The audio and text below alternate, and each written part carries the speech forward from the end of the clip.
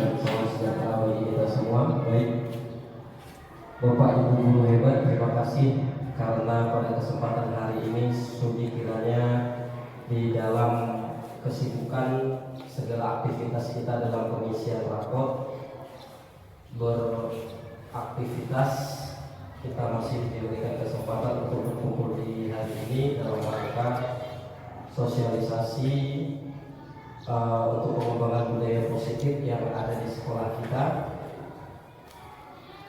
Pertama-tama saya mengucapkan terima kasih kepada Bapak Ibu guru karena pada kesempatan hari ini kita bisa berkumpul di sini, dan segala puji bagi Allah Subhanahu wa taala karena berkat karunia-Nya juga kita bisa berkumpul dan melakukan aktivitas ini secara bersama.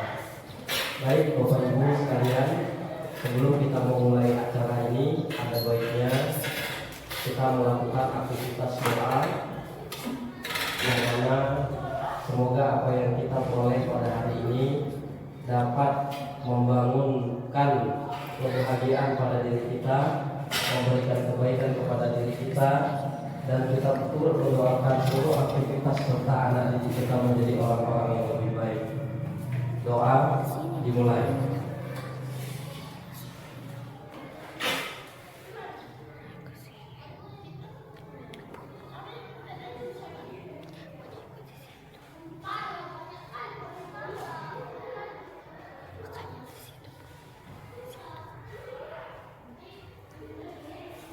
Doa selesai. Baik Bapak Ibu sekalian yang saya muliakan, sebelum kita memulai agenda kegiatan kita ini masalah pengembangan tentang budaya positif, telah hadir bersama kita Ibu Kepala Sekolah, yang mana nantinya saya memohonkan kepada Ibu Kepala Sekolah untuk memberikan sebuah kata-kata motivasi kepada kita untuk pengembangan diri kita dan pengembangan diri sekolah kepada Ibu Kepala Sekolah yang dipersilakan dengan segala hormat.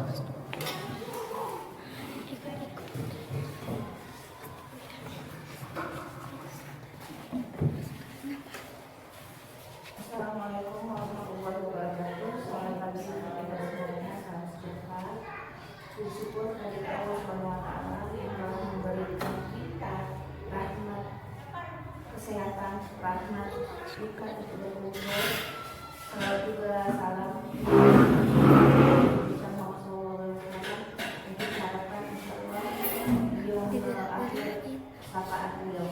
Amin. Terima kasih atas kesempatan yang diberikan kepada saya. Tidak banyak yang bisa saya sampaikan di sini. Kalau untuk memberikan motivasi, saya berharap dengan adanya Pak Heri sebagai guru penggerak bisa memberikan imbasan kepada kita semua guru-guru yang ada di sini, dengan pembelajaran yang telah didapat selama masa pelatihan guru penggerak, diikhlaskan kepada kita semua dan kita termotivasi untuk memberikan yang lebih baik dan yang terbaik bagi siswa-siswa kita semuanya. Saya rasa hanya sekian saja. Terima kasih. Assalamualaikum warahmatullahi wabarakatuh.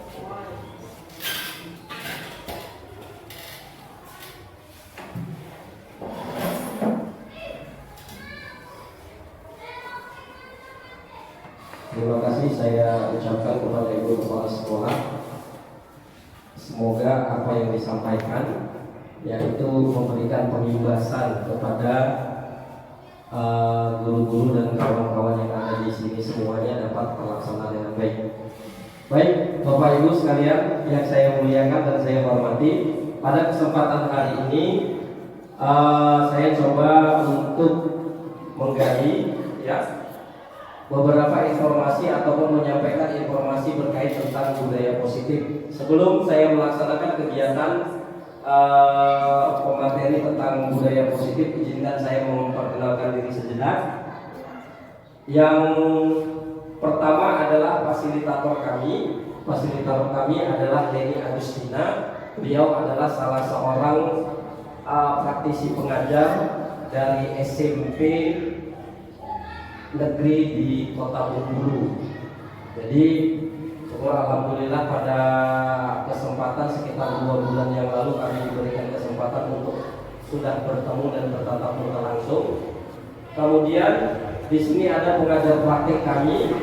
Pengajar praktek kami ini yang sudah 2 kali kembali itu adalah Ibu Wistiningsi, ya, Ibu Wistiningsi. Dia adalah salah satu pengajar di SMA di Kota Medan. Baik Bapak Ibu yang saya muliakan dan saya hormati, di sini bukan bermaksud untuk menggurui, tetapi hanya bergerak untuk mengembangkan suatu budaya positif yang akan kita kembangkan di sekolah. Jadi apa yang harus kita kembangkan, ya, apa yang sudah saya tulis di dalam pengembangan budaya positif itu, yang pertama itu adalah, ya, pengembangan dari budaya positif itu saya terapkan melalui filosofi Ki Hajar Dewantara, kemudian isi guru penggerak dan nilai dan peran guru penggerak. Ini masih slide pertama. Ya, kemudian sebelum kita masuk ke budaya positif, di sini saya menggambarkan bahwasanya kita tahu dan bahwasanya kita kenal bahwa Ki Hajar Dewantara terkenal sebagai seorang bapak pendidikan nasional yang sampai dengan sekarang kita tahu dan kita peringati setiap tanggal 2 Mei adalah Hari Pendidikan Nasional untuk mengenang jasa-jasa yang telah diberikan oleh Ki Hajar Dewantara untuk dunia pendidikan.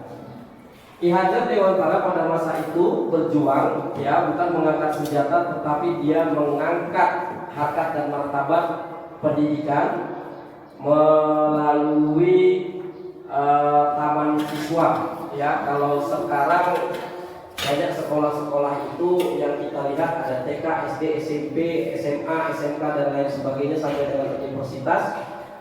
Dia itu membuat pertama kali itu melakukan adalah taman siswa, di mana taman siswa itu dihimpunnya seluruh masyarakat pemuda-pemuda yang pada saat itu bisa bersekolah, baik laki-laki dan perempuan.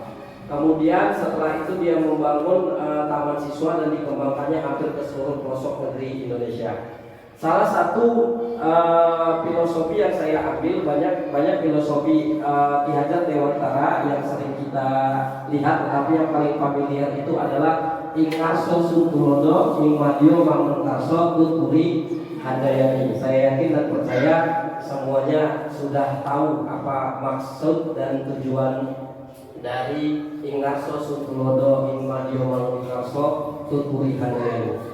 Kemudian filosofi berikutnya berkaitan dengan budaya positif yang saya bawakan adalah pendidikan dan pengajaran merupakan usaha persiapan dan persediaan untuk segala kepentingan hidup manusia, baik dalam hidup bermasyarakat maupun hidup berbudaya dalam arti yang seluas-luasnya.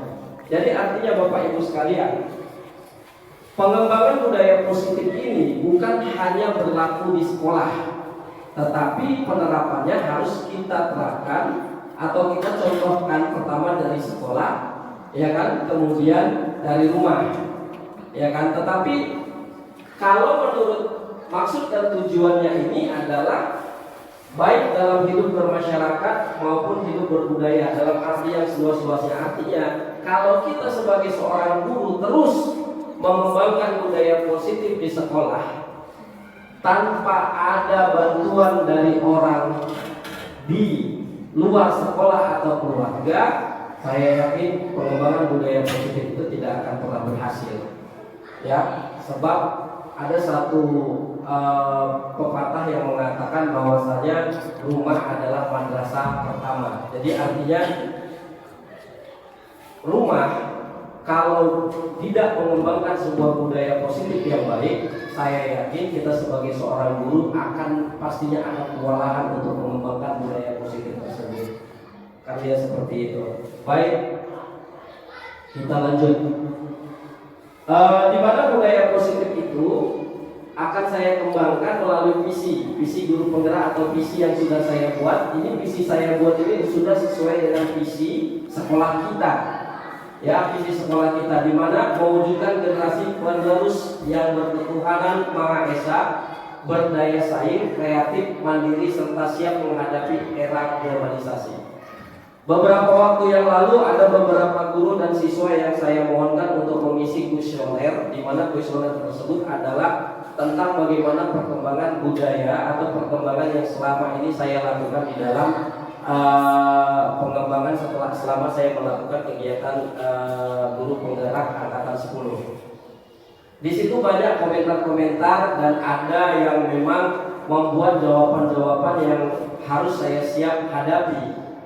Ya kan, salah satunya adalah visi. Kenapa? Karena di situ ada beberapa rekan guru, beberapa kawan-kawan dari guru yang belum menyatakan bahwasanya saya belum pernah mensosialisasikan visi saya. Jadi artinya visi saya itu memang belum pernah saya sosialisasikan, tetapi di awal tahun ajaran kemarin saya, kepala sekolah, kemudian dibantu dengan Pak Sugi, kami membuat visi yang baru untuk perkembangan atau untuk perubahan profil sekolah yang kita kirim ke dinas untuk tahun ajaran 2023 dan 2024. Makanya ini sudah saya terapkan. Artinya kenapa saya mewujudkan yang pertama, yang berketuhanan Maha Esa, ya kan? Kenapa harus saya berketuhanan yang Maha Esa? Saya yakin dan percaya bahwasanya kalau manusia, yang namanya manusia atau siswa, khususnya guru, kalau tidak berketuhanan yang Maha Esa,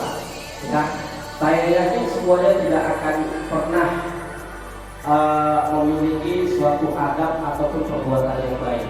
Terkadang dia berketuhanan, tetapi dia masih belum memiliki sebuah akhlak yang baik.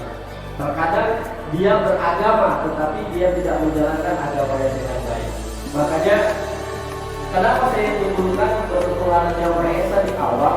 Kekhawatiran saya ketika banyaknya video-video atau video-video mau dia sekedar nyata ataupun tidak nyata yang menimbulkan semuanya banyaknya kekerasan. Kekerasan itu sungguh-sungguh sangat kita sayangkan. Semuanya itu dilaksanakan oleh siswa-siswa, tidak hanya siswa dari tingkat SMA, bahkan siswa dari tingkat SD, SMP juga bisa melakukan kegiatan-kegiatan yang memang melanggar norma-norma dari ketuhanan Maha Esa, baik Pancasila ataupun yang lainnya. Yang pastinya juga tidak melakukan sebuah perilaku yang berlaku. Kemudian berdaya saing, apa yang mau saya buat di berdaya saing ini? Kita berusaha bagaimanapun anak-anak ini harus mampu mengembangkan potensinya, mengikuti OSN, O2SN, Forkot dan yang lain-lainnya untuk pengembangan diri mereka. Ya kan, jadi saya mau mempersiapkan mereka untuk berdaya saing. Berdaya saing itu bukan hanya sampai di situ. Kalau bisa lulusan kita yang tahun ini mereka mempunyai sebuah keyakinan atau sebuah budaya positif yang baik untuk melanjutkan sekolahnya ke jenjang yang lebih tinggi, tidak hanya di SMP, di SMA sampai perguruan tinggi S1, S2 dan S3. Makanya saya buat berdaya saing. Kemudian kreatif. Saya perhatikan untuk pembangunan sebuah kreativitas di dalam sekolah ini sudah cukup. Artinya belum memiliki sebuah nilai kemampuan yang meningkat. Ya, tetapi kita berusaha sama-sama karena saya yakin dan percaya kalau ada kolaborasi, ya, sistemnya sekarang adalah kolaborasi atau kerjasama.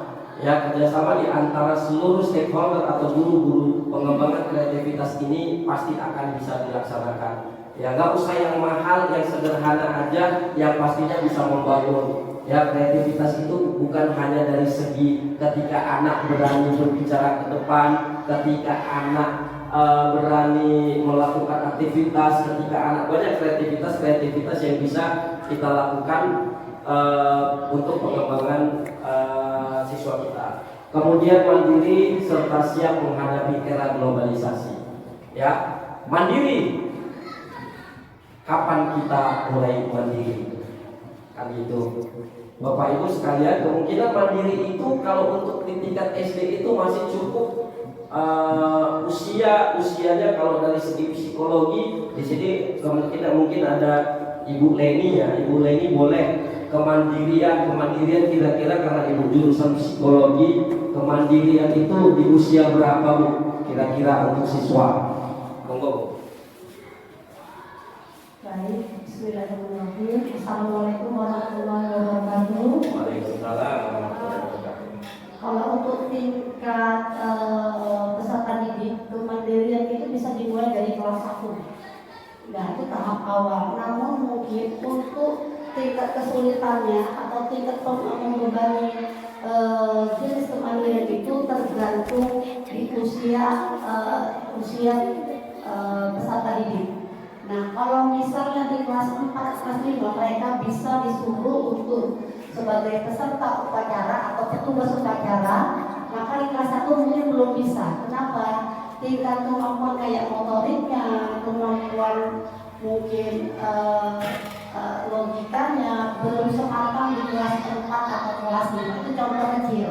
Karena kita juga ketahui bersama, petugas di sekolah kita pun itu kita belum bisa menanggung jawabannya atau kita serahkan ke kelas yang di bawah kelas 3, minimal di kelas 4, baik itu dia membaca teks ataupun dia sebagai petugas upacara yang membawa untuk bendera, penaikan bendera. Menurut saya seperti itu. Tetapi di kelas 1 juga bukan berarti mereka lepas dari tanggung jawab kemandirian. Contohnya mereka belajar mandiri pada saat guru itu ada instruksi memberikan catat. Nah, anak-anak itu kan pasti mengerjakannya secara mandiri, kemudian dan pastinya dengan pendampingan. Itu menurut saya dari sisi psikologis peserta didik tingkat SD. Assalamualaikum warahmatullahi wabarakatuh. Waalaikumsalam warahmatullahi wabarakatuh. Beri tepuk tangan dulu. Baik, Bapak Ibu sekalian, membangun sebuah kemandirian itu saya yakin dan percaya ya, kita sudah mulai daripada sejak dini. Artinya sejak dini itu yang bagaimana? Kalau kita tidak, yang pertama memaksa, ya kan? Habis itu pertama terpaksa, memaksa, terbiasa. Saya yakin kemandirian itu tidak akan timbul. Contoh, salah satu contohnya adalah pengembangan budaya positif yang memang harus kita lakukan setiap hari ya. Bagaimana ketika seorang guru, khususnya guru agama Kristen, yang selalu menata lingkungan ruangan kita ini dengan indah, sehingga ada pohon-pohonnya, sehingga ada bunga-bunganya, penghijauannya dengan baik, kalau tidak dibantu oleh kita, kalau tidak dibantu oleh siswa. Hampir setiap hari saya lihat ibu agama Kristen, ayo nak, ambil itu air, ambil. Itu kan apa? Dipaksa. Ya kan? Setelah dipaksa, terpaksalah mereka melakukan. Setelah dipaksa, terpaksa, habis itu saya yakin mereka akan terbiasa melakukan sesuatu hal yang baik. Jadi daripada ibu agama Kristen nanti terus marah-marah sama kami, udahlah ambil air, ya kan? Jadi artinya sistem itu yang mungkin pengembangannya bisa kita lakukan pada saat ini. Tetapi apakah harus seperti itu? Kan tidak. Tetapi prosesnya melalui sebuah tahapan-tahapan yang melakukan sebuah aktivitas baik. Kemudian menghadapi era globalisasi. Era globalisasi ini mungkin sudah kita kenal dari sekitar 3, 4 atau 5 tahun yang lalu. Kenapa saya bilang era globalisasi? Bapak Ibu sekalian, di zaman kita mungkin boleh disebutkan cita-cita yang tidak ada di zaman kita, boleh. Siapa kira-kira? Ibu Sumi? Cita-cita yang tidak pernah kita sebutkan ketika kita ditanya oleh seorang guru pada masa kita. Terima kasih kepada Pak Heri. Ini sebelum adanya era globalisasi, ya. Artinya di masa kita, Bu? Iya. Di masa kita, iya benar. Ketika masa sekolah, ketika seorang guru bertanya kepada kita, apa cita-citanya nak? Karena kita sudah besar. Benar.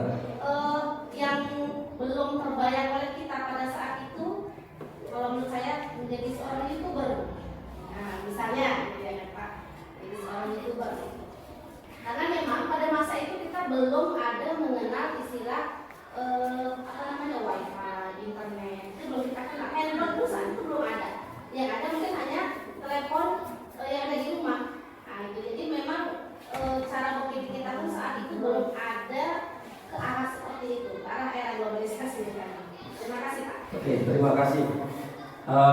Bu Sumi sangat baik ya sebagai seorang guru kelas 1 sudah bisa memaparkan ya. Artinya mungkin pada masa kita tidak ada yang namanya cita-cita sebagai YouTuber. Kalau saya dulu ditanya mau apa cita-citanya, nak jadi dokter. Kenapa? Karena saya lihat kalau dulu dibawa orang tua saya, mama saya ke rumah sakit, kayaknya dokter itu enak ya kan.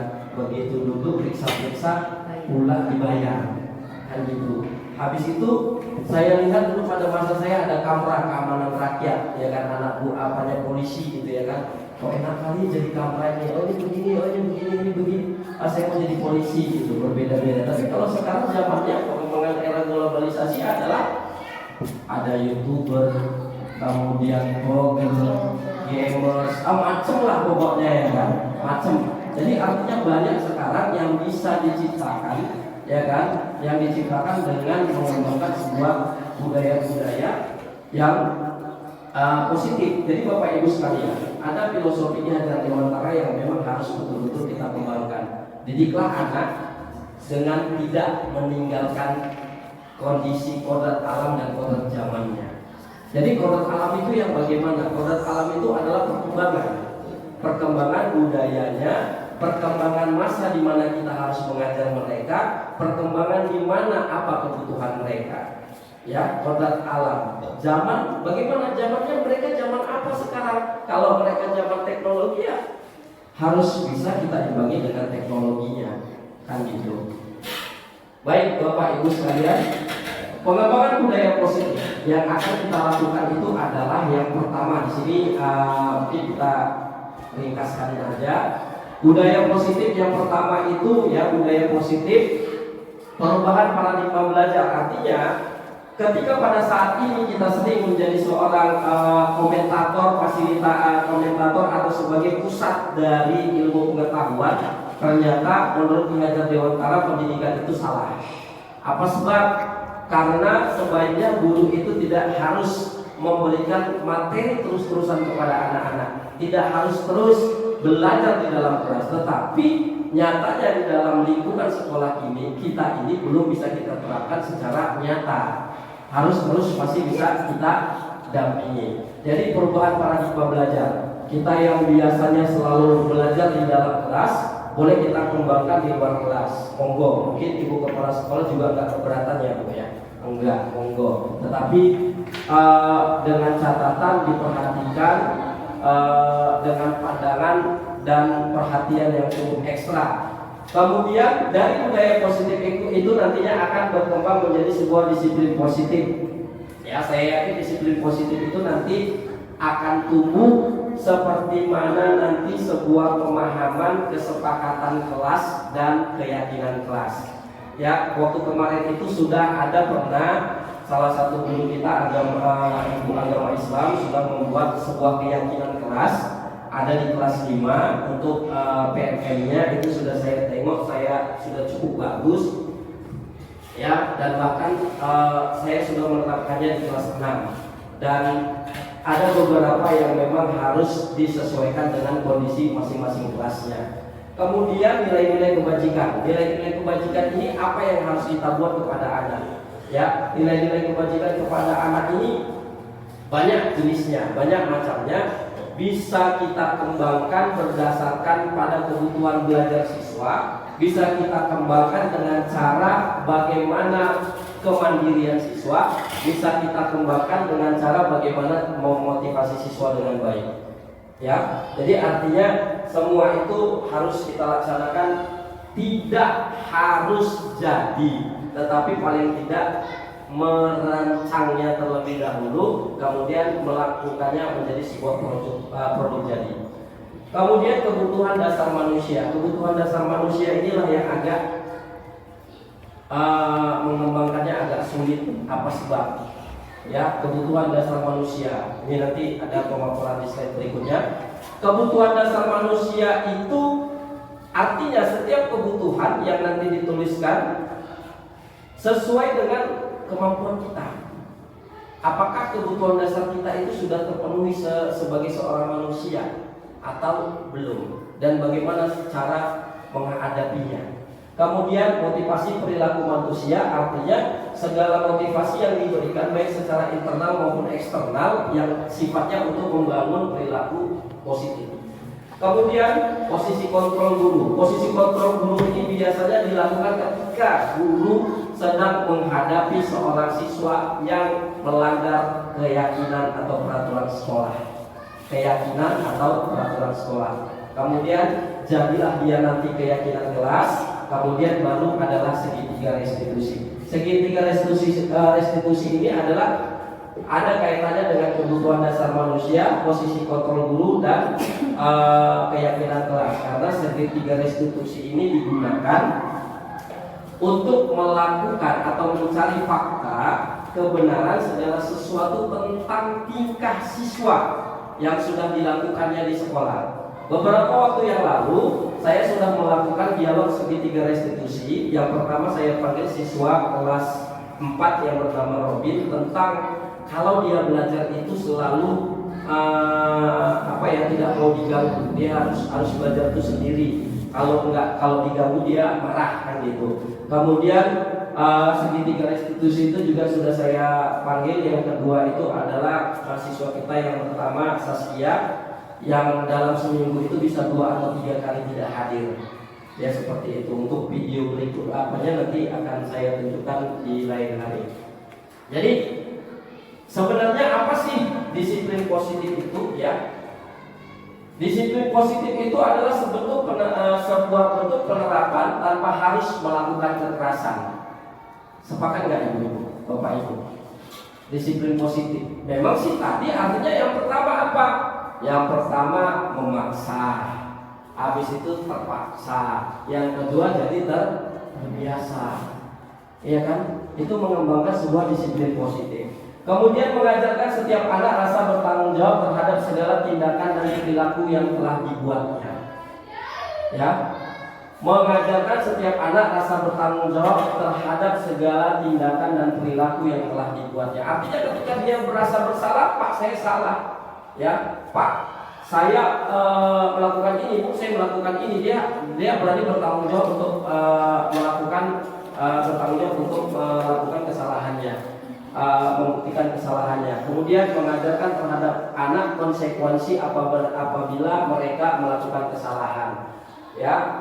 Kemudian melakukan sebuah komunikasi baik untuk sebuah perubahan yang baik. Jadi artinya ketika kita sudah mengembangkan disiplin positif ini, tidak hanya di sekolah, mungkin di pajak kita juga perlu disiplin positif. Ya kan ibu-ibu ya, di pajak. Karena saya pernah membuat satu pertanyaan. Pertanyaannya begini, pertanyaan dari LMS saya gini, tentang pengembangan budaya positif di dalam di masyarakat di dunia, kan gitu. Bagaimana pengembangan budaya positif menurut Anda? Kan gitu. Kalau saya bilang, bagaimana jika dunia sudah terpenuhi dengan budaya positif? Ya, saya pastinya kalau ada pertanyaan begitu akan saya kasih respon yang baik. Ya kan? Saya kasih respon yang baik. Jadi, apakah sekarang kita sudah menikmati 100% perkembangan budaya positif itu, di mana pada saat ini masih kita takut akan keluar di malam hari seperti era tahun 90-an yang lalu? Pasti saya yakin gak berani. Ya, saya yakin gak berani. Ya kan, kenapa saya yakin gak berani? Nanti takut begal. Ya kan Bu ya, takut begal. Kenapa? Karena sudah tidak adanya disiplin positif. Polisi lebih banyak lagi penjahatnya. Kan kayak situ. Karena apa? Karena kita tidak tahu di sekitar kita, di lingkungan kita banyak orang-orang yang melakukan aktivitas di luar daripada nalar kita. Artinya kita sudah berbuat baik terhadap dia, bisa saja dia juga tidak akan pernah menganggap kebaikan kita itu menjadi sebuah kebaikan yang nyata. Baik, Bapak Ibu sekalian, ini yang tadi saya bacakan 5 posisi kontrol guru terhadap murid. Teori kontrol Dr. William Glasser. Ya. Teori kontrol Dr. William Glasser, 5 posisi kontrol guru terhadap murid. Yang pertama, penghukum. Siapa ini orangnya? Ya, saya tahu itu orangnya yang sering menghukum, ya kan?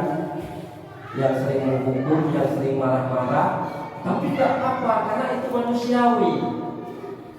Ya kan Bapak Ibu, manusiawi. Kenapa saya bilang manusiawi? Namanya kita harus mau menempatkan diri kita di posisi yang mana. Kita pertama menghukum, boleh. Membuat merasa bersalah, boleh. Teman, boleh. Pemantau, boleh. Yang kelima, manajer, boleh. 5 posisi kontrol guru terhadap murid. Ya, nanti baru di sini, dari sini pengembangannya kemana? Setelah kita sudah mau buat ke bawahnya, kita mau pilih yang mana? Ya, kira-kira posisi manajer itu yang di mana? Kira-kira posisi manajer itu yang di mana? Ya, siapakah yang cocok jadi manajer dalam posisi kontrol guru? Apakah kepala sekolah? Ya, apakah kepala sekolah? Apakah saya selaku CIP? Apakah ibu agama Islam sebagai guru akhlaknya, guru kepribadiannya, ya kan? Ataukah ibu kelas 2 atau ibu kelas 3? Jadi 5 posisi kontrol terhadap murid ini kita harus bisa betul-betul menempatkan diri kita, ya kan? Tapi saya yakin dan percaya sebuah kasus yang kita hadapi pada dasarnya kita semuanya seolah-olah jadi seorang penghukum. Ya, Bapak Ibu sekalian, saya akui 5 posisi kontrol ini karena saya baru dapat sekitar 1 bulan yang lalu. 1 bulan sebelumnya, 1 tahun atau 2 tahun sebelumnya, posisi saya adalah sebagai penghukum. Kenapa? Melanggar aturan. Aturan itu dibuat berdasarkan segala sesuatu tindakan universal yang dilakukan kesalahan. Beda dengan keyakinan kelas. Kan dia seperti itu. Saya lakukan penghukuman. Sini kan? Kenapa terlambat? Sudah tahu kan terlambat? Apa konsekuensinya? Kita lakukan penghukum. Ternyata itu salah. Tadi itu membuat merasa bersalah. Sudah kita hukum, besok jangan lagi buat kayak gitu ya nak. Ya, bangunlah lebih pagi. Coba kalau tadi bangunnya pagi, pasti kamu nggak ketinggalan sholat, nggak ketinggalan ini, bisa sarapan, bisa ini. Merasalah iya Pak, saya salah.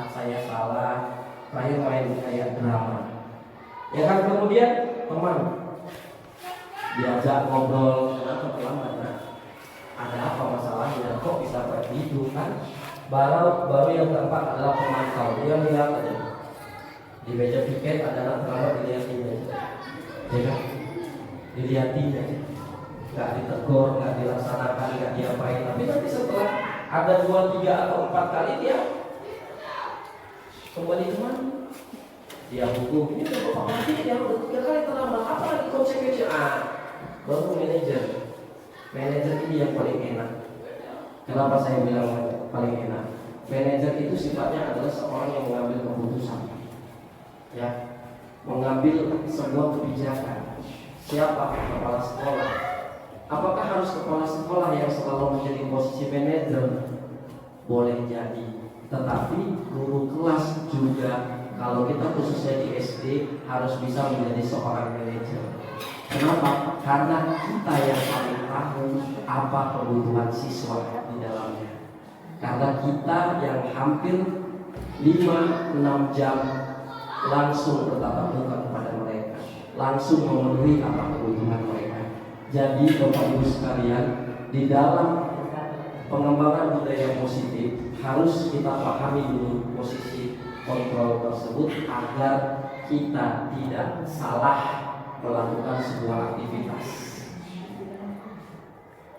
Kemudian setelah kita memahami dari posisi kontrol, dari pengembangan posisi kontrol ini ada 5 kebutuhan dasar manusia. 5 kebutuhan dasar manusia itu yang pertama adalah bertahan hidup. Ya, bertahan hidup bukan berarti kita pada saat bertahan hidup di sini artinya kita melakukan sebuah kegiatan kegiatan yang baik, ya, untuk pengembangan budaya etika positif kita untuk melakukan bertahan hidup. Artinya bertahan hidup ini memang ada hubungannya dengan Tuhan. Tetapi kalau kita tidak bisa mengembangkan segala sesuatu yang telah kita dapat karunia dari Tuhan, masa kita mau membiarkan diri kita ini hidup secara bebas, hidup secara tidak teratur, hidup secara tidak karuan, mau makan datang sendiri, mau minum datang sendiri, kan tidak mungkin. Kan dia seperti itu. Harus kita bisa mengembangkan bertahan hidup. Kalau saya nggak salah, ini di pelajarannya adalah sandang, pangan, papan. Ya. Kemudian setelah kita bertahan hidup, yang kedua adalah kasih sayang. Ya kan, kasih dan sayang. Ini ada erat sangat erat kaitannya sebagai seorang manusia. Ya, kasih dan sayang. Sudah dikasih, kita sayang lagi. Artinya segala pengorbanan yang diberikan sebagai seorang guru, ya, memberikan kasih sayang kepada seorang siswa, memberikan yang terbaik kepada seorang siswa, itu adalah sebuah hal yang saya anggap nilai positif, ya, nilai positif untuk perubahan anak-anak di kemudian hari. Saya bangga, ya, melihat guru-guru senior saya di sini yang sudah mengabdi lebih dari 30 tahun kurang lebih. Jadi artinya mereka bisa menceritakan bagaimana perjuangan mereka mendidik anak-anak itu sehingga pada suatu hari mereka ketemu dan masih mengingat gurunya. Artinya apa? Berarti kasih dan sayang pada saat itu diberikan sepenuhnya dengan hati yang baik kepada muridnya, sehingga guru tersebut, siswa tersebut masih ingat apa yang dilakukan oleh gurunya. Makanya guru itu adalah sebuah cerminan hidup yang saya anggap adalah filosofi pengembangannya adalah biarlah amalan guru Tuhan yang membalasnya sebagai sebuah amal jariah dan kebaikan di masa depan. Karena saya yakin dan percaya dengan mengajarkan satu huruf akan menimbulkan 100 kebaikan. Kemudian kebebasan. 5 kebutuhan dasar manusia ini bukan hanya untuk murid, tetapi untuk guru juga. Adakah di sini guru yang merasa belum bebas dalam mengajar? Ada bu, ada. Atau karena peraturan dari kepala sekolah yang begitu ketat, saya tidak bebas mau mengekspresi? Ada bu, ada. Nggak ada, ya. Jadi artinya kembangkan. Bebas kita melakukan aktivitas belajar kita, bebas kita meluangkan seluruh kemampuan kita untuk melakukan pengembangan sebuah budaya menjadi sebuah budaya positif, membangun keyakinan kelas, membangun sebuah kebaikan, membangun sebuah kebebasan untuk kita melakukan aktivitas. Apa yang mau dibuat? Infokus ada, sudah disediakan, ya kan? Slide ada, sudah disediakan, semuanya sudah disediakan. Walaupun kadang nanti kalau dua kelas pakai Infokus sudah jiplak dari listrik, tapi kita lakukan sebuah kebebasan untuk mengekspresikan mengajar kita. Baru kesenangan. Ya, kesenangan ini apa? Dalam situasi sulit, dalam situasi pekerjaan yang semrawut di rumah, semrawut sih namanya, segudang pekerjaan yang ada di rumah untuk mengurus rumah tangga, kita tetap melakukan sebuah aktivitas senang. Duduk di sekolah, ngobrol-ngobrol, ketawa, menceritakan orang, mengisi orang, kesenangan itu namanya. Ya kan mulia, ya? Ya kan? Kesenangan. Kenapa? Karena kesenangan itu timbulnya bukan hanya di rumah, di sekolah, di pajak juga kesenangan. Kenapa? Aku mau kerja sama ibu sana. Kenapa? Bagus-bagus dia jualannya, barangnya masih seger-seger, ikannya cantik-cantik, kan kesenangan itu namanya. Ya kan? Terakhir setelah dia puas, diceritakannya lah sama guru B, kau belanja di sana aja. Kok gitu bu? Iyalah, enak di sana. ikannya cantik-cantik, bagus-bagus. Aku udah puluhan tahun dari tempat dia. Itulah dilihat dari sebuah kepuasan, kesenangan hati. Baru adalah penguasaan. Penguasaan ini yang cukup sangat luas. Penguasaan ini banyak maknanya. Kenapa? Penguasaan ini bisa berkaitan dengan kebutuhan dari segi pengembangan, penguasaan kelas, kolaborasi sesama, aktivitas mengembangkan diri dan yang lain-lain sebagainya. Jadi 5 kebutuhan dasar manusia ini adalah suatu hal pokok yang harus kita miliki. Jadi kira-kira kalaulah pada saat ini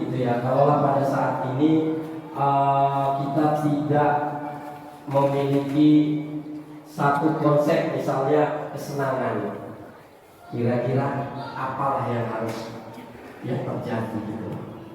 Kira-kira ada yang mau menyampaikan pendapat? Dari 5 kebutuhan dasar sini yang 4 gak ada gitu. Boleh siapa?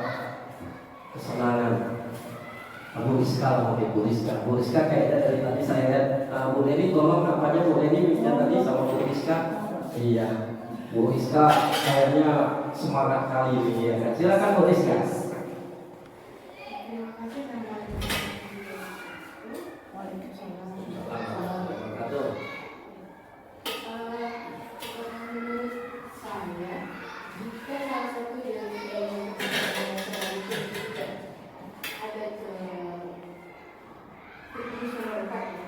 Iya, Pak.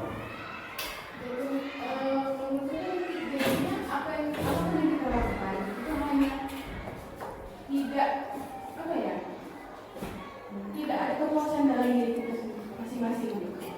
Maksudnya baik itu kita memberikan sesuatu ke orang lain juga kita nggak akan merasa puas bahwa kok kayaknya itu beban untuk saya.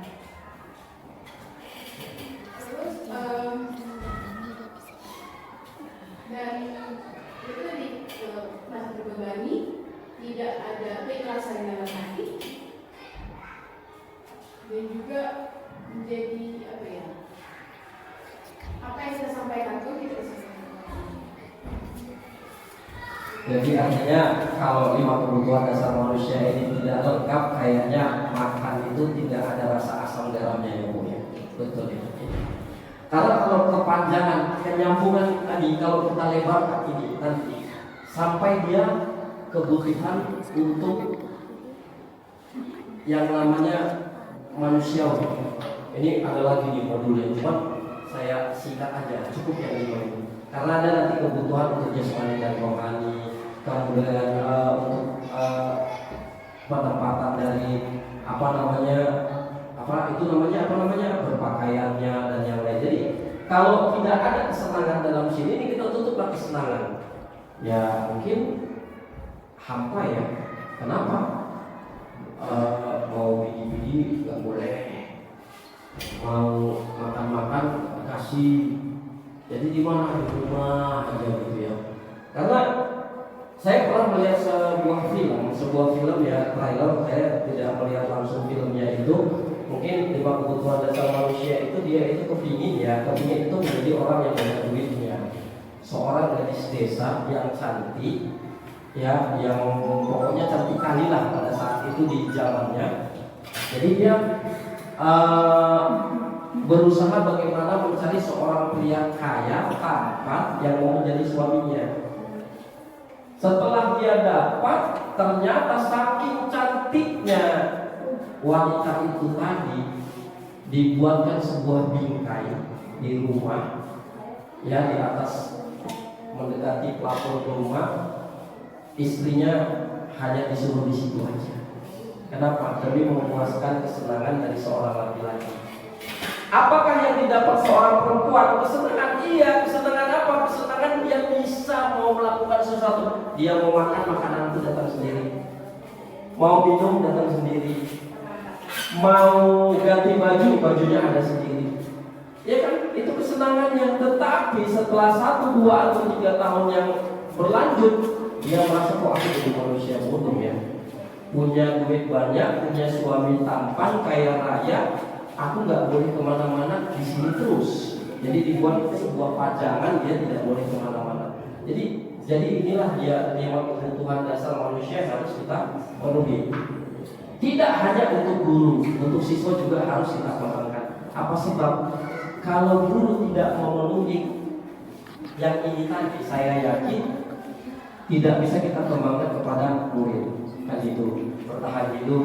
Kenapa? Pasti kita akan mengajarkan kepada anak kita tentang bagaimana cara bertahan hidup, bagaimana cara mengembangkan kebaikan di dalam pendidikan.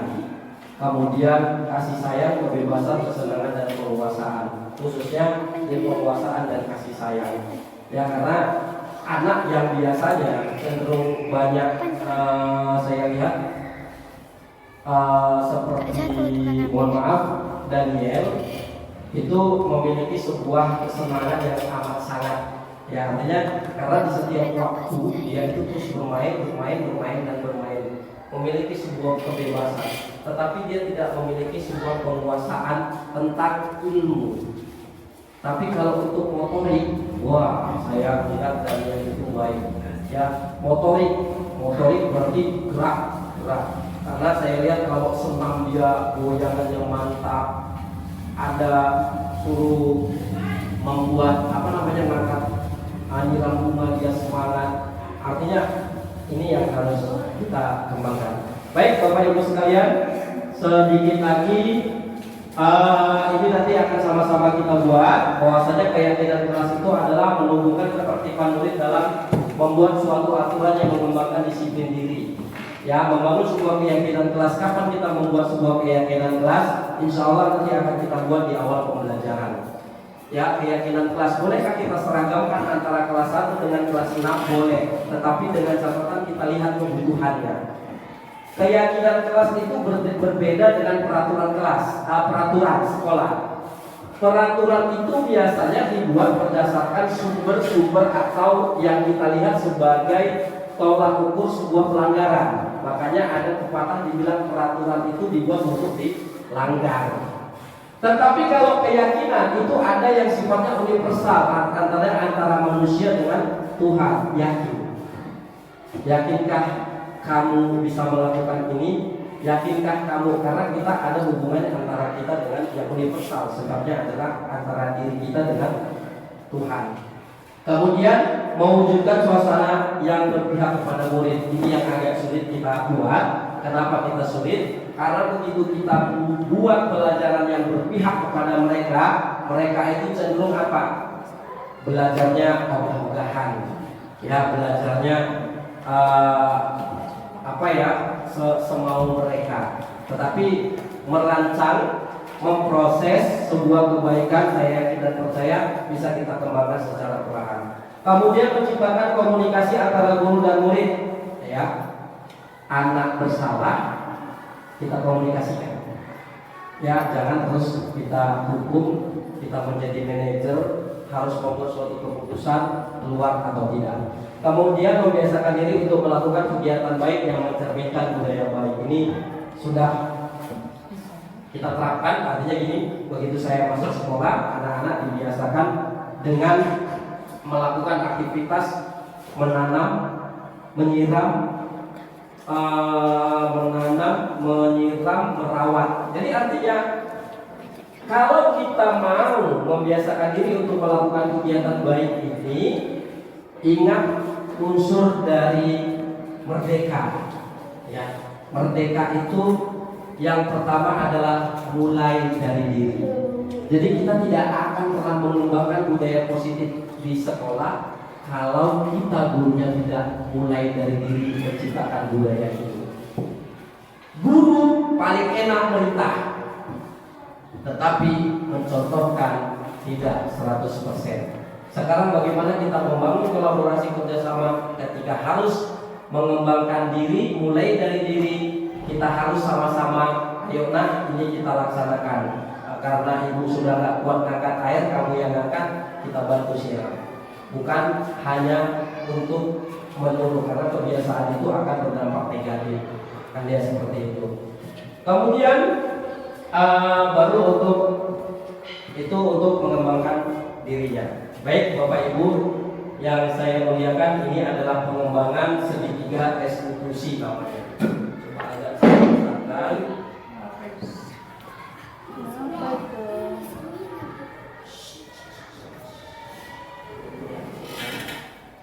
Jadi inilah yang disebut dengan segitiga restitusi yang tadi, ya, yang terakhir segitiga restitusi. Segitiga restitusi itu yang mana? Apa yang harus dilakukan dengan segitiga restitusi? Segitiga restitusi itu yang pertama, ini segitiga biasa kita lakukan untuk melakukan validasi tindakan kebutuhan siswa. Ya, misalnya satu kasus Jahira yang Saskia yang dalam seminggu 2 atau 3 kali yang tidak hadir. Jadi kita tidak langsung boleh memonisnya, udah memang malas sekali kau, apalagi kerjaanmu di rumah. Ya, artinya kita langsung ke posisi penghukum. Ternyata itu tidak baik dalam dunia pendidikan. Sama halnya sebagai kita sebagai seorang tua, saya yakin dan percaya ketika ada anak salah, kita harus cari tahu dulu kenapa kamu marah, kenapa harus menangis, kok diganggu aja sih bang, janganlah adiknya diganggu, ya itu ya bu. Ya. Jadi artinya segitiga restitusi itu yang pertama adalah menstabilkan identitas. Apa yang dimaksud dengan menstabilkan identitas? Ditanya dulu, Saskia, kenapa tidak hadir? Apa masalahnya?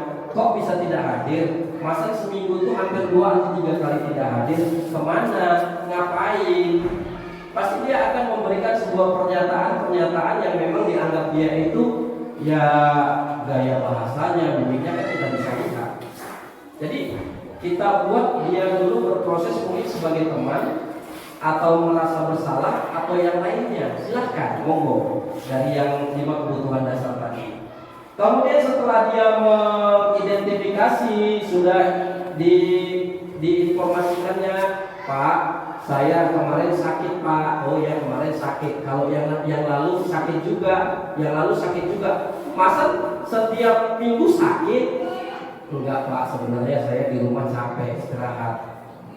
Kan gitu. Kok itu ya dan lain sebagainya. Baru setelah kita menstabilkan identitas, baru kita validasi kebutuhannya.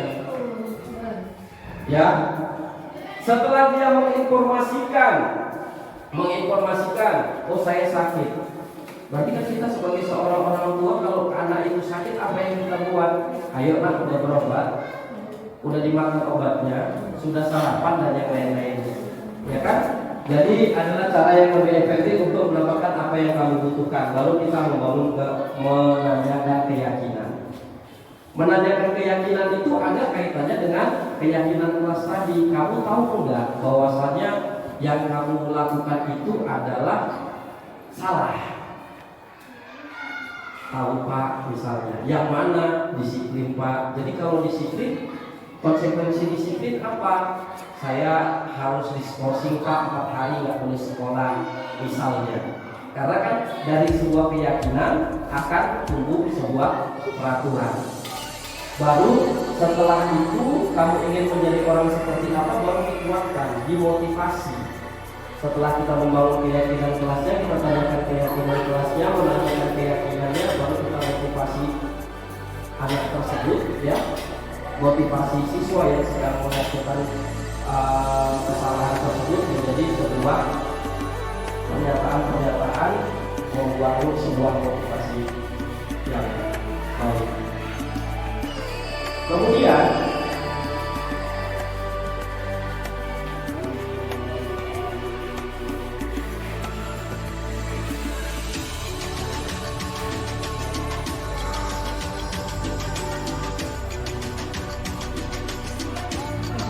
sedikit lagi berkaitan dengan segitiga restitusi tadi adalah kita ambil dari filosofi pengajar dewasara adalah pendidikan sebagai tempat menyampaikan demi kebudayaan dalam masyarakat, sebagai tempat untuk berlatih dan menumbuhkan nilai-nilai kemanusiaan yang dapat diteruskan atau diwariskan.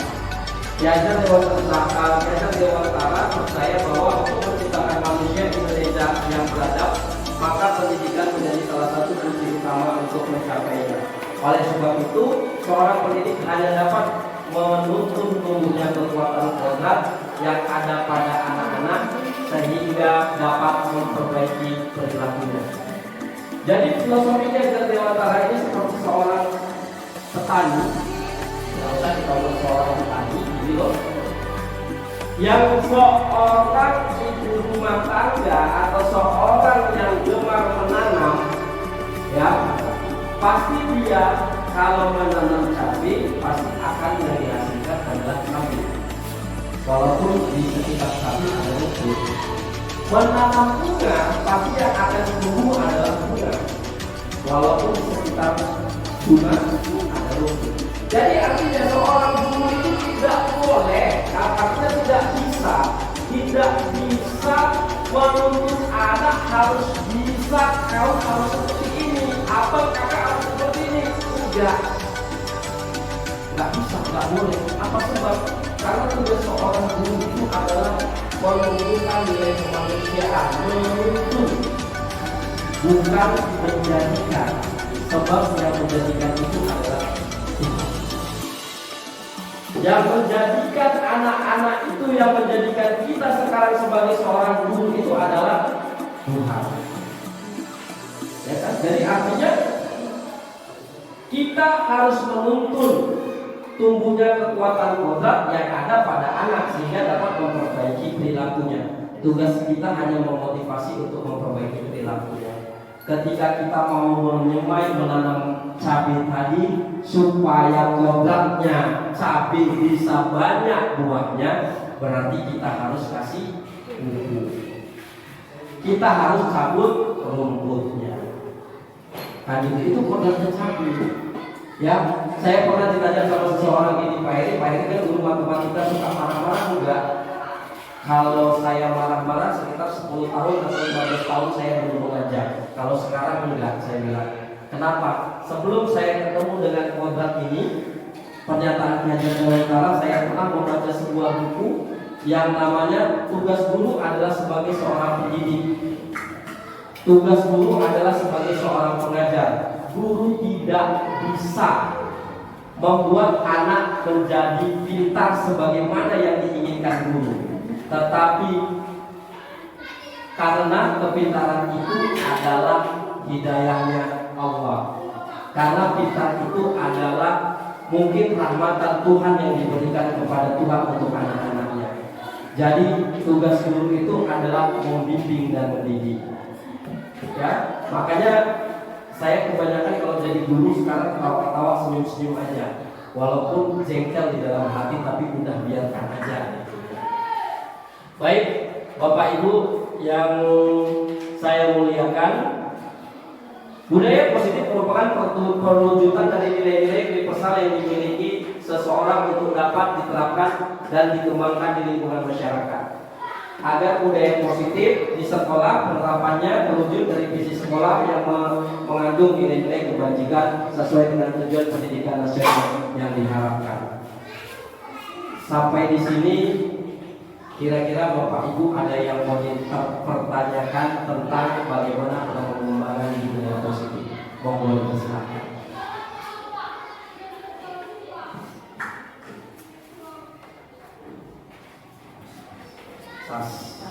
Karena kesibukan kita dalam segala aktivitas, semoga apa yang saya sampaikan, ya, semoga apa yang saya sampaikan hari ini dapat membangun sebuah kebaikan, merancang sebuah proses kebaikan, memadukan sebuah kolaborasi yang baik untuk pengembangan sekolah. Demikian pemaparan saya hari ini tentang budaya positif. Lebih dan kurang saya mohon maaf.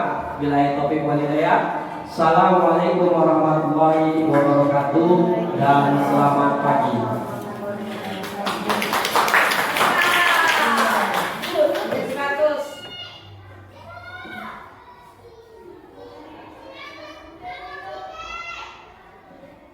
Berdoa selesai.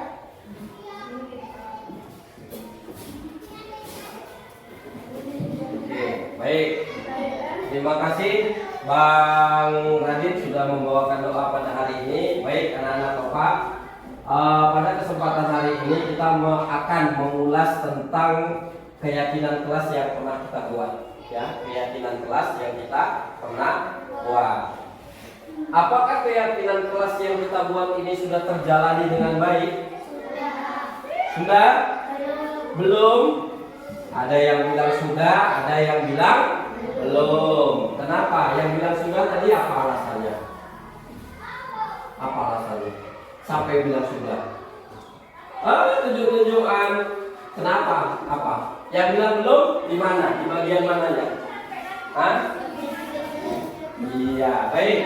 Sebelum kita beralih ke hari ini tadi Bapak lihat, nih ya, ini salah satu kesepakatan kelas kita membangun setiap pagi ada senyum, sedih dan marah. Tadi ada yang sedang marah. Fitri, kenapa Kak Fitri marah? Kenapa Kak Fitri marah? Ini pasti tadi pagi ada yang gangguin Fitri.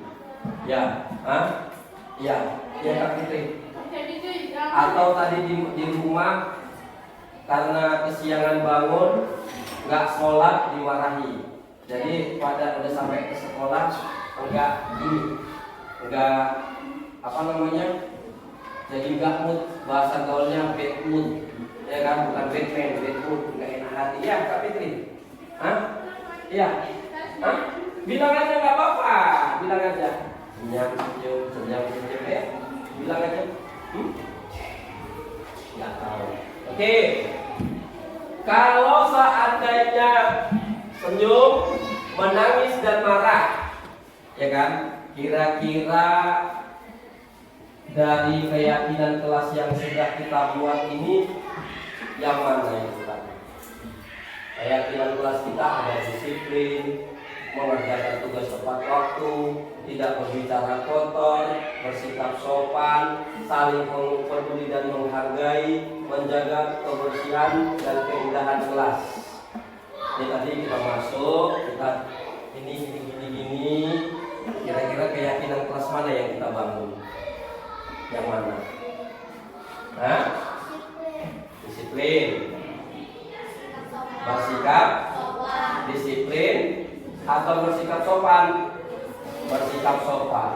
Kalau disiplin berarti kita tepat waktu tadi masuknya, ya kan? Jam berapa kita bel? 7.30. Siapa yang datangnya tadi 7.30? Enggak ada. Kamu datang 7.30 tadi?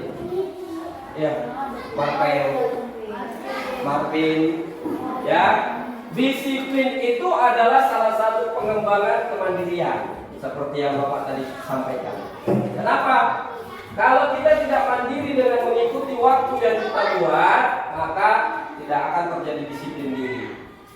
Ya, kemudian bersikap sopan, masuk, menunjukkan emosi yang pada saat ini kita bentuk, salam gurunya, duduk, sopan, santun, senyum, itu adalah termasuk dari bersikap sopan.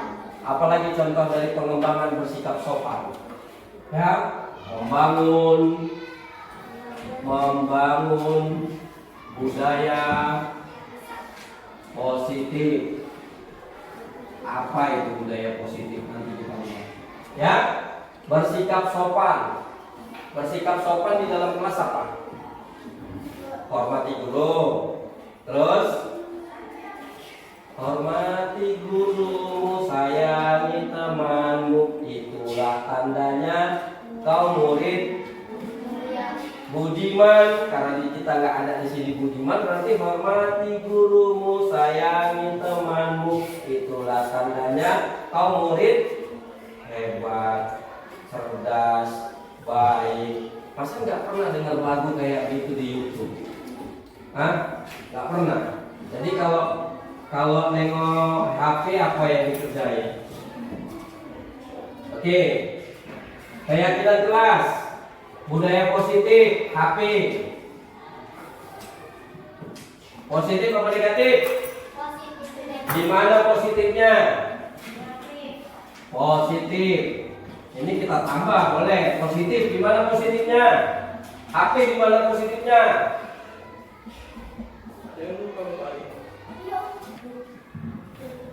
HP positif. Di mana positifnya? Nggak ada. HP positif. Jadi boleh kita nanti tambahkan di sini di dalam keyakinan kelas membangun HP positif. Di mana positifnya? Mencari penjawaban lah. Negatif. Mengerjakan PR menggunakan HP. Mengerjakan PR pakai HP. Ini negatif. Kenapa Pak bilang negatif?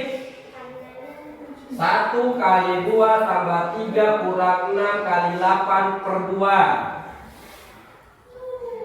Kalian foto, cetek, keluar jawabannya. Kan negatif. Ya kan? Langsung ada jawabannya. Ya kan? Tapi HP itu bisa menjadi positif ketika mencari materi pembelajaran. Benar nggak? Nah, nanti bisa kita tambah di sini. Ya kan? Disiplin tadi sudah tahu, datang tepat waktu, kemudian berpakaian sesuai dengan jadwal. Ya kan, kalau hari ini upacara bendera hari Senin, berarti ini kemudian bersikap sopan, ramah, tamah, selalu menyapa temannya, ya kan, terus apa namanya berbagi makanan termasuk bersikap sopan nggak? Mintalah makananmu gitu, Hah? Enggak, kenapa? Nanti dibilang pelit, Hah? Enggak ya? Berbagi makanan boleh, tetapi dia jangan terlalu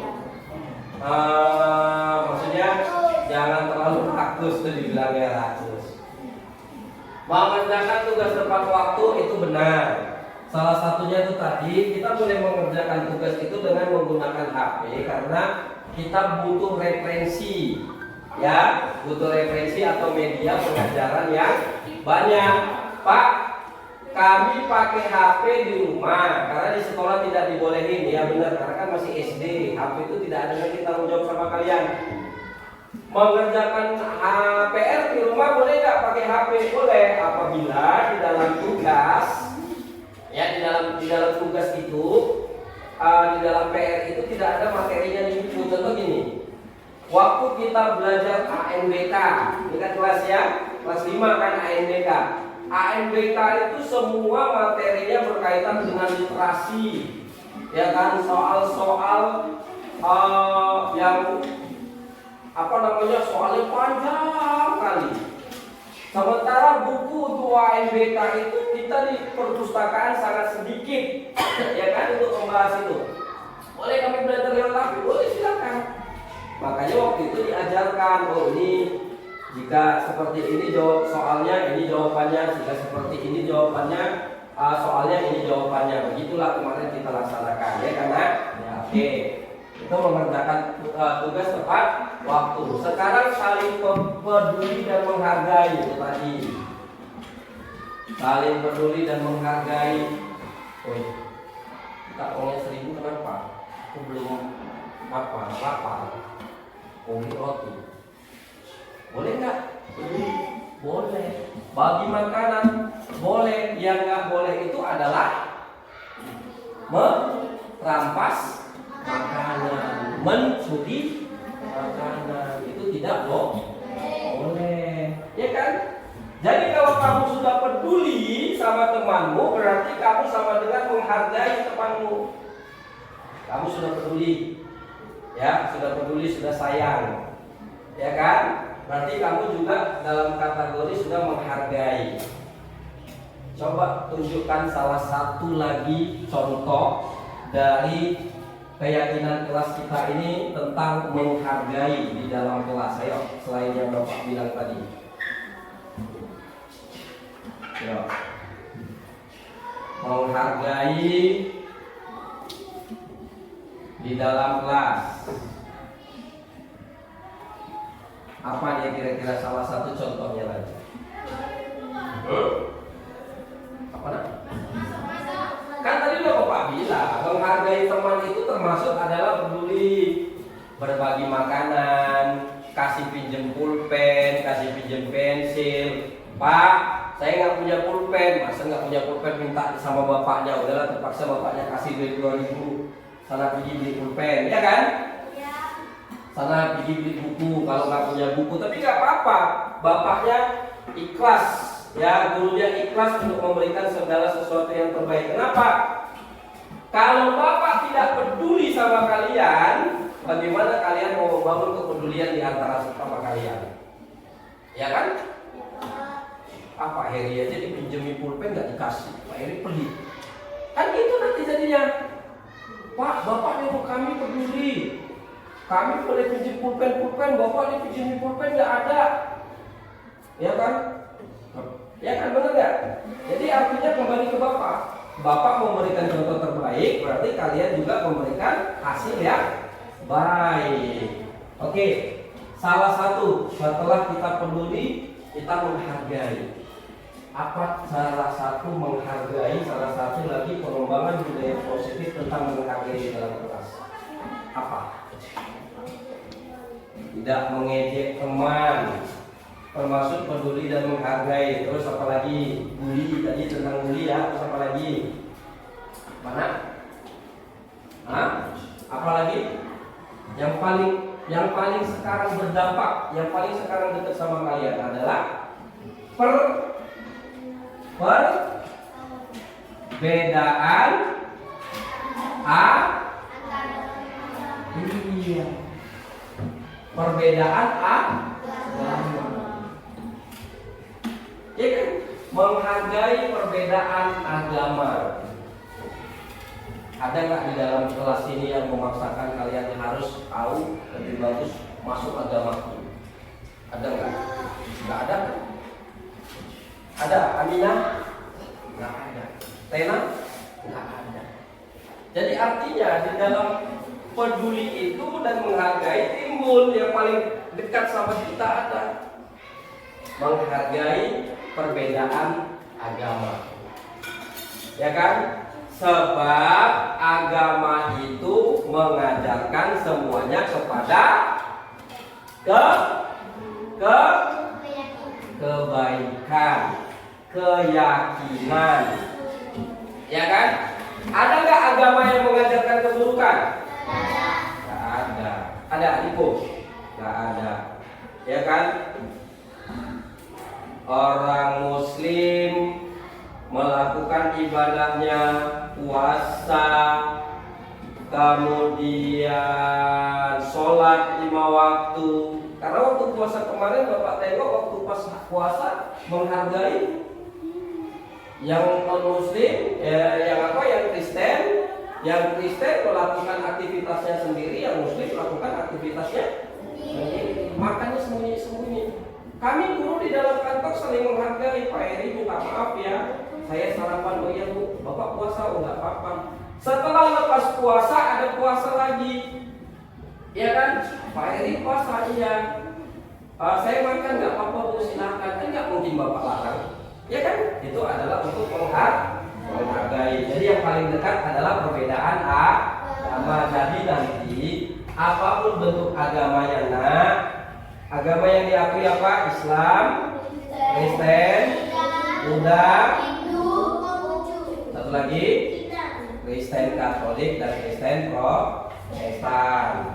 Ya, apapun bentuk agamanya, semua agama itu mengajarkan kepada keyakinan terhadap sebuah kebaikan. Tidak ada agama itu membuat manusianya atau pemeluk agamanya itu menjadi orang-orang yang sesat. Oke, baik. Tidak berbicara kotor. Wah, ini waktu Bapak pertama kali masuk dulu, hampir dari ini ada 30 orang kan? Ada 20 orang, ya kan? Yang bercakap kotor tuh 40 orang. Kok gitu Pak? Karena dari mulut kalian itu bisa 1 atau 2 atau 3 kali mengatakan kata-kata kotor. Kalau yang mengatakan kotor 10, 3 kali 10 udah berapa? Udah 30. Kalau 4 kali udah 40. Ya kan? Kalau begitu kalian nampaklah cakap kotor itu, habis itu kotoran itu masuk ke muka kalian, udah berapa? Udah penuh. Ya kan? Jadi sekarang tidak berbicara kotor ini sudah mulai sedikit Bapak dengar. Sudah tidak seperti dulu. Kalau dulu pagi, siang, sore Bapak dengar main bola, mau pulang, ya kan? Yang berteriak kayak yang satu di gunung, yang satu di hutan. Ya kan? Teriak-teriak, ngomongnya kotor, nggak baik. Tapi sekarang Bapak lihat persentasenya sudah kecil. Artinya apa? Sudah mulai belajar bahwasanya perbuatan mencela atau kata-kata kotor itu tidak baik. Siapa di sini yang masih mereka kata kotor yang namanya Bapak masuk lagi apa? Apa? Coba kamu ini? Ah? Mira ini. Jadi artinya tidak boleh lagi ya Mira ya. Mira. Padahal tadi Mira datang tersenyum. Begitu dibilang seperti dengar ya nak. Mengatakan sebuah hal yang seperti itu tidak baik untuk kesehatan. Ya kan? Tidak baik juga untuk diri sendiri. Kenapa? Nanti menjadi suatu kebiasaan yang buruk. Oke. Nah, ini ya. Yang terakhir adalah menjaga kebersihan dan keindahan. Nah, dilihat nih, masih sudah indah. Ada benderanya udah 17 Agustus yang lalu sampai 17 Agustus lainnya enggak? Ini enggak ada. Ini nanti mau dipakai lagi sampai tahun 2025 ya. Tapi sayang kalian nggak ditinggal. Mau pindah sih mulai besok. Kalau kayak makanya nanti Bapak bilang nanti kalau suka bicara kotor nggak usah naik kelas. Tapi kan kami harus ini Selasa hari Rabu kami nanti rapat Bapak bilang Bu dan kalau ada yang suka bicara kotor kita tinggal membuat aja. Kan? Mau nggak? Nggak mau kan? Mau. Oke, menjaga kebersihan keindahan kelas ini dijaga. Bapak tengok awet. Semua kelas Bapak tengok awet. Berarti artinya anak-anak Bapak SD 431 ini sudah tangannya sudah mulai menjahit. Tapi masih ada beberapa tangan yang Bapak tengok masih menjahit. Di mana? Itu di masalah bunga tadi. Ya kan? Juga Bapak itu yang Bapak sayang itu yang kelas 6 itu yang besar begini, yang umurnya itu ini, asal udah lewat, pandangnya buat koyak lah bunga itu tadi. Iya kan? Padahal Bapak sayang kali sama bunga itu. Bapak tengok cantik bunganya ya kan? Jadi menjaga kebersihan dan keindahan kelas itu ya itu tadi. Bunga ini sudah ditanam, Bapak tengok hijau-hijau semua. Cantik-cantik karena pas dia mataharinya masuk, ya kan? Dirawat, dijaga. Caranya macam mana? Ini kan medianya air kan? Berarti nanti kalau airnya kurang diisi. Kalau ada apa namanya? Larvanya, jentik-jentik nyamuknya dibuang. Berarti harus diganti. Ya kan? Ruangan setiap hari disapu. Kemudian setelah nyapu nanti dipel. Berarti artinya menjaga kebersihan dan keindahan kelas itu juga sudah kalian terapkan. Hanya saja, ingat, hanya saja. Apakah semuanya sudah melaksanakan dengan baik? Belum. Hah? Belum.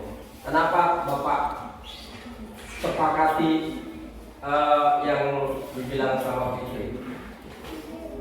Menyiram bunga di luar. Yang sering Bapak lihat adalah siapa? Jahira, Riko, si Ridho, tukang angkat airnya. Tapi nggak apa-apa, artinya kalau yang lain-lain itu kan harus mau gitu. Maksudnya jangan segala sesuatunya itu harus dikasih hadiah baru dijalankan. Nanti tidak terjadi membangun sebuah kemandirian. Oke, baik. Jadi setelah kalian tahu yang seperti ini, perhatikan dulu. Setelah kalian tahu yang disiplin, bersikap sopan, mengerjakan tugas, tidak bicara kotor, saling peduli, dan menghargai, menjaga kebersihan dan keindahan kelas, akan terjadi suasana yang mana nanti akan kita kembangkan menjadi sebuah budaya positif di dalam sekolah. Tahu budaya? Apa itu budaya? Kalau kita belajar budaya itu apa? Ya, keragaman budaya. Budaya itu adalah keragaman budaya, terus apa? Suku budaya, seni budaya, ya kan? Artinya budaya ini adalah segala sesuatu yang tidak boleh kita tinggalkan, ya kan? Kita tidak boleh tinggalkan. Kenapa? Karena budaya ini pastinya akan menimbulkan suatu hal yang positif, ya kan? Meninggalkan sebuah hal yang terkesan kepada kita sehingga kita membangun sebuah kemandirian. Budaya positif, contoh di rumah bangun pagi itu terus mandi, ya kan?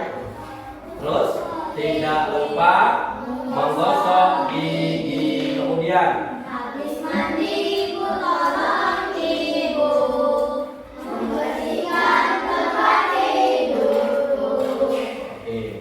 Itu sebuah lagu tentang budaya positif atau tentang membangun sebuah kemandirian. Bangun tidur terus mandi. Siapa yang bangun tidur terus mandi? Iya. Setelah itu bangun tidurku terus mandi, tidak lupa menggosok gigi.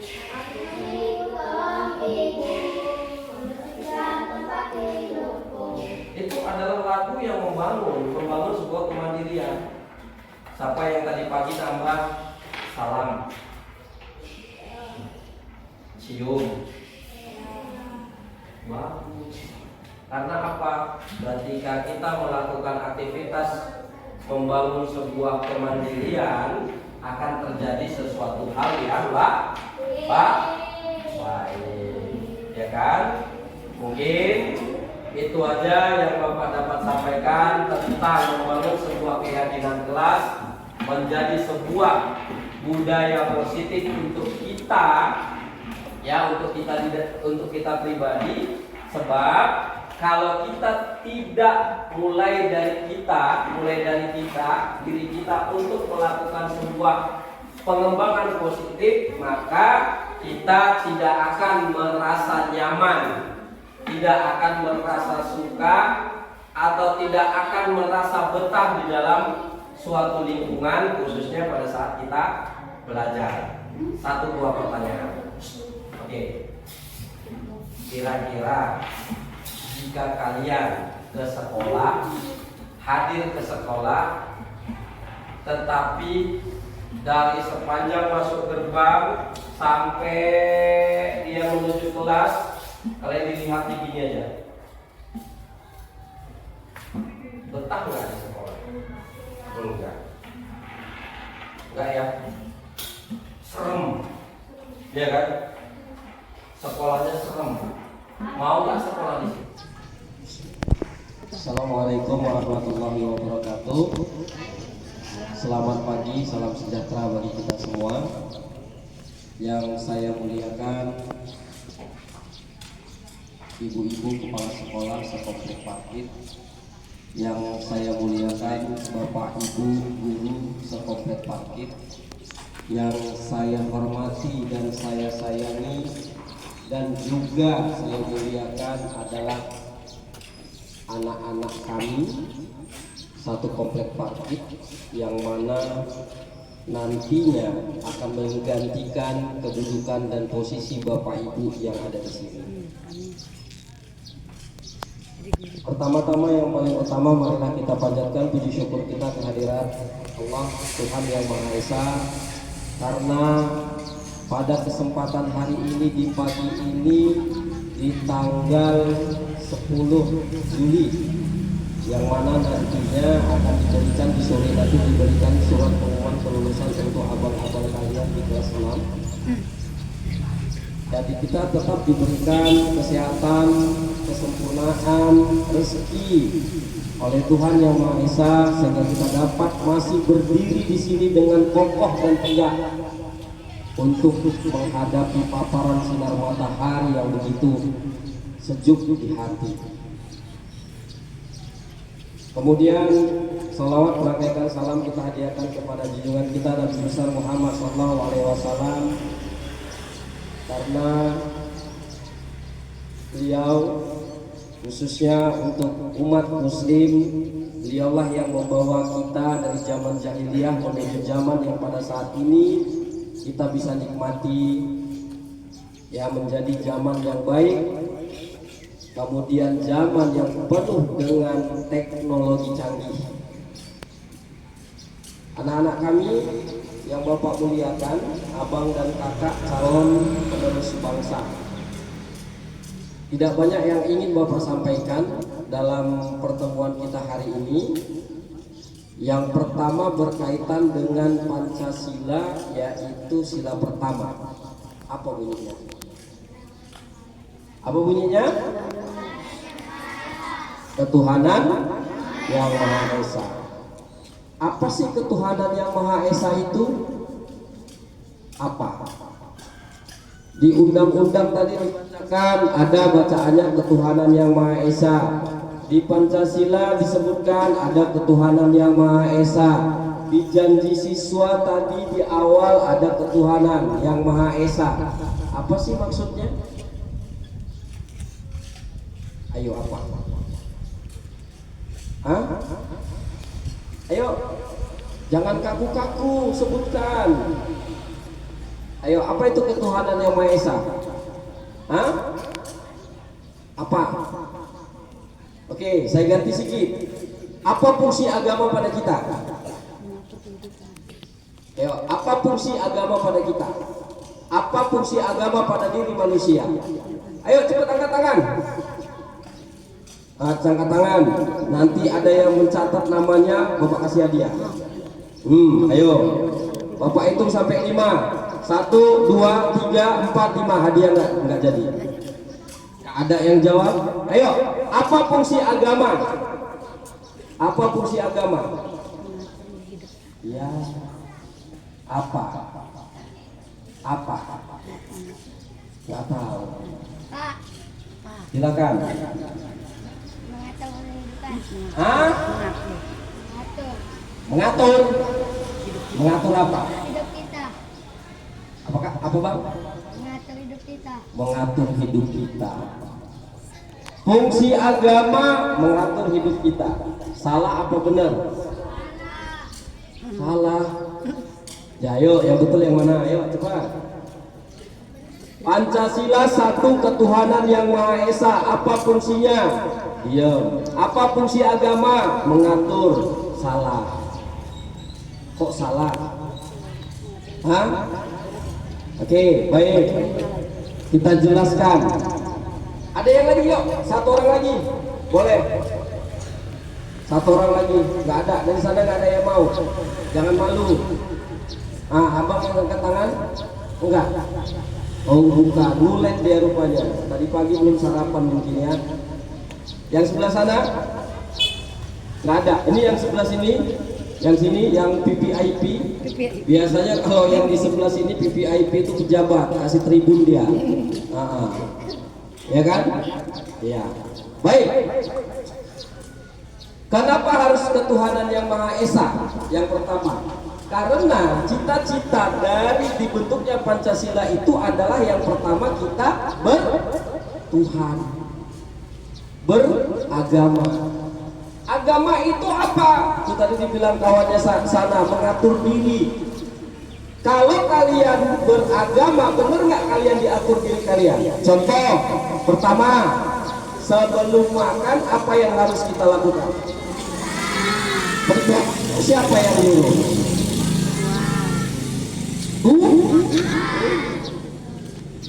Ya kan? Yang mengajarkan Tuhan.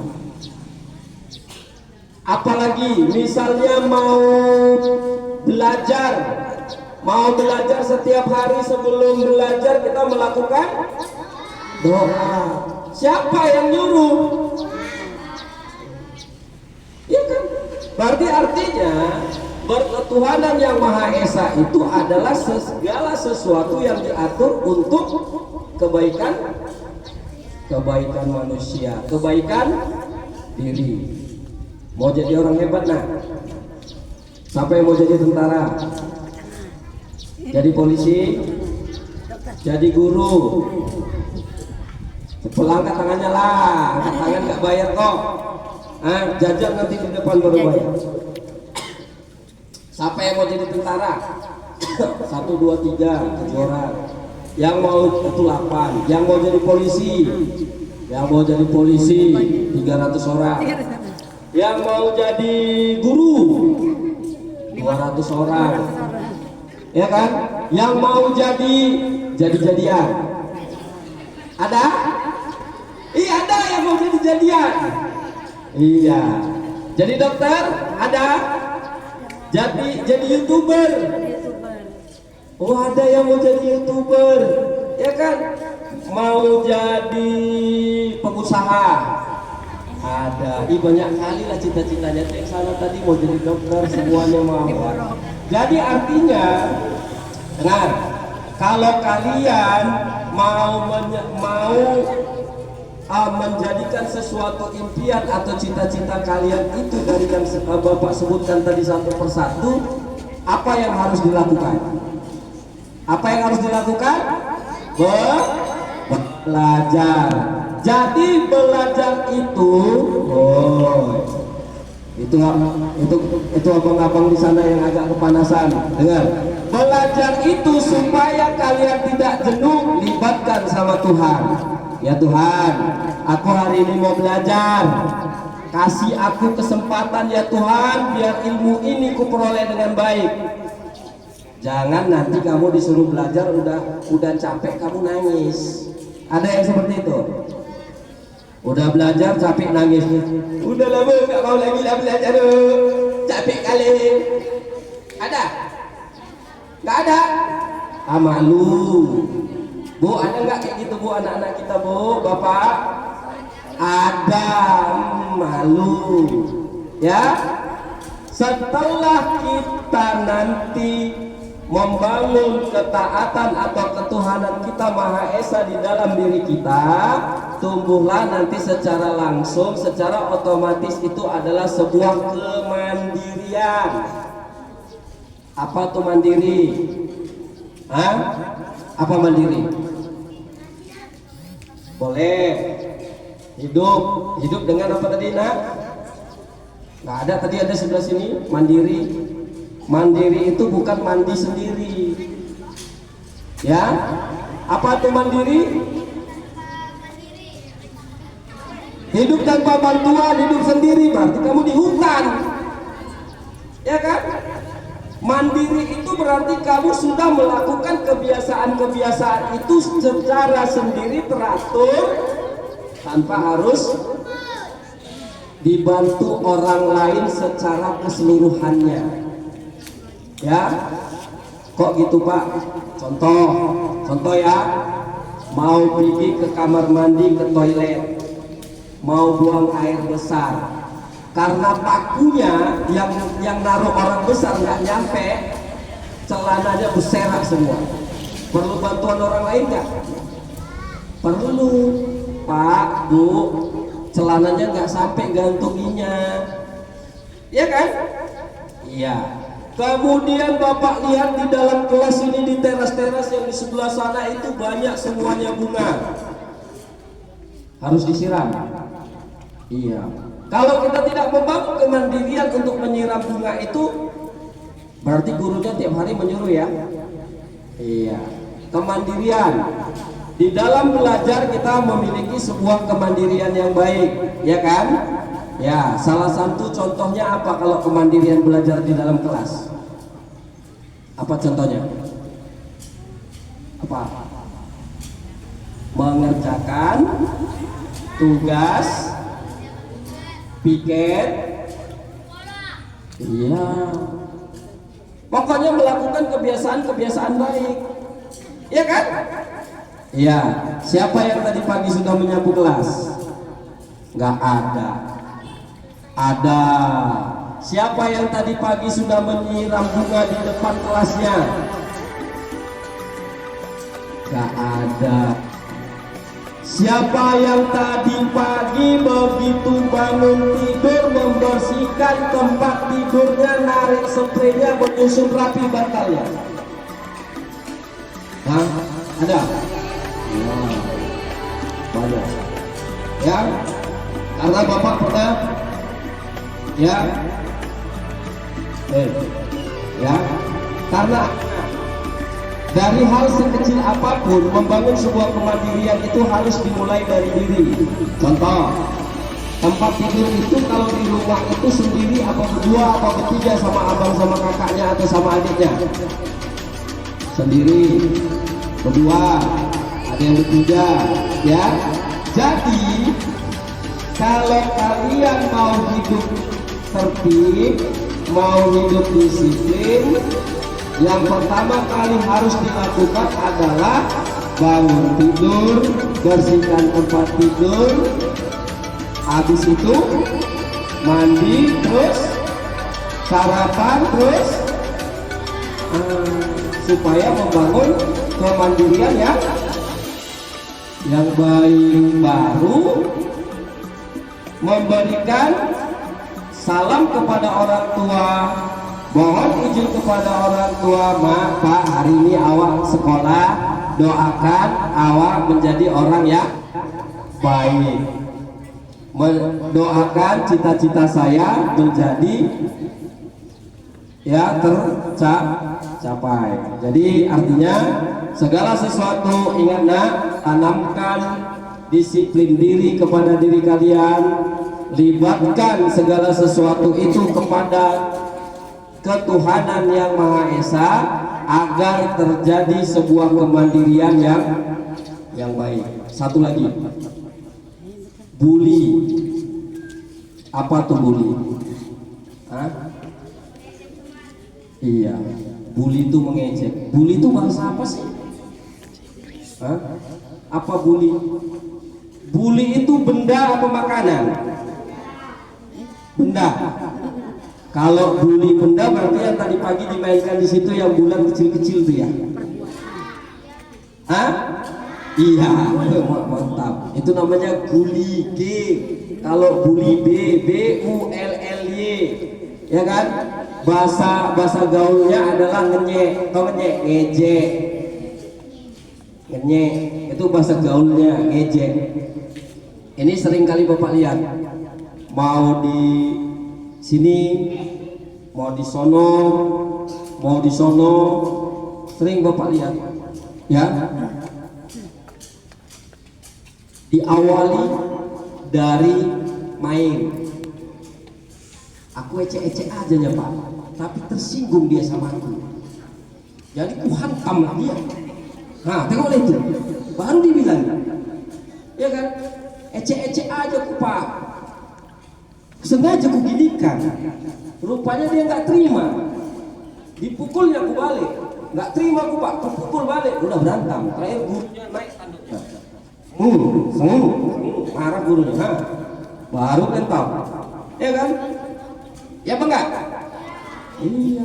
Jadi kalau seandainya kalian tidak mau diganggu orang, kuncinya jangan suka mengganggu orang. Kalau kalian tidak mau mengejek orang, jangan suka mengejek orang. Diam itu adalah apa itu bahasanya? Diam itu adalah emas. Ya. Siapa yang mau dapat emas? Ada yang mau dapat emas? Ada. Makanya dia Robin. Selamat pagi. Iya. Belakangan hari ini Bapak sering lihat Robin kalau di kelas banyak marah-marah, ya kan, pada saat mengerjakan tugas. Itu kenapa? Karena Pak, saya diganggu. diganggu. Apa yang mereka ganggu rupanya? Mereka lihat tugas saya. Mereka melihat itu mencontek atau minta kasih tahu? Minta kontek. Minta contek. Kenapa nggak Robin kasih? Kan mencontek itu bagus. Karena Pak, mereka kalau dikasih sekali jadi bergantung sama aku. Berarti mencontek itu tidak bagus. Tidak bagus. Tetapi kalau kita mengajari mereka seperti Bapak mengajari kalian itu bagus kan? Bagus. Mungkin mereka mau bertanya, ini apa jawabannya gitu enggak? Iya, mereka mau bertanya jawaban atau mau menyalin jawaban. Menyalin jawaban. Jadi Robin merasa tidak nyaman dengan hal itu, gitu ya. Tidak nyaman dengan hal itu. Jadi pernah Bapak lihat di suatu ketika Bapak meninggalkan kelas sebentar untuk pergi ke kamar mandi dan kalian saya tinggalkan tugas. Robin pukul, ya kan? Si Martin. Kenapa dipukul? Siapa? Martin apa siapa namanya?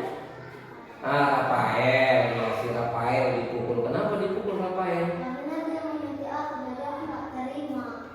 Contek. Dia bukan mau minta apa? Bukan mau ngasih minta ajarin. Ini macam mana gitu? Dia ngambil buku. Bukunya dirampas. Sehingga Robin memukul si Rafael. Kalau menurut Robin, tindakan yang Robin buat itu sesuai tidak dengan keyakinan kelas kita? Tidak. Robin tahu kan? Tidak sesuai kan? Yang mana? Di bagian mananya? Perilaku yang tidak baik, melanggar disiplin, ya kan? Karena di sekolah kita tidak ajarkan bagaimana cara kita melakukan perbuatan yang seperti itu, ya kan? Memang yang dilakukan Rafael itu juga salah, ya kan? Nanti juga Bapak akan panggil Rafael untuk penanganan berikutnya, kan ya seperti itu. Jadi kira-kira ada solusi enggak kira-kira supaya Robin tidak marah-marah gitu loh?